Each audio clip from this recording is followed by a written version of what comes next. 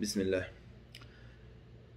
Kimni bu yaşavda qıyılla halga düşkemse ya da qıyılları var, zulüm etilnemse ya da haksızlık etilnemse üstünden borçları varmsa ya da uyahlüsünman biraz qıyılları var, yaşarman Allah-u Teala özünü sıyılı Kur'an'ına bize yol vursekken. Allah Kur'an'da ayta وَمَا يَتَّقِ اللّٰهِ يَجْعَلْ لَهُ مَخْرَجًا. Ay kim Allah'tan korksa Allah-u Teala oğar çığı verir diye. Son uzatıp gelegen ayetinde Allah ayta وَيَرْزُقْهُ مِنْ حَيْسُ لَا يَحْتَسِبْ diye. Ay oğar rızk verir degen adam özü bilmeygen, özü oylaşmaya yerden oğar rızk gelir degen. Daha da uzatıp ayetine Allah ayta وَمَا يَتَوَكَّلْ عَلَى اللّٰهِ فَهُوَ حَسْبُهُ diye.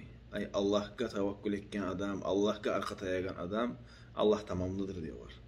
Sayeli qıyılların varmsa kardeşim, qıyılların varmsa kız kardeşim Allah'tan korkma gerek tiyişlik uydu. Elhamdülillahi Rabbil alemin.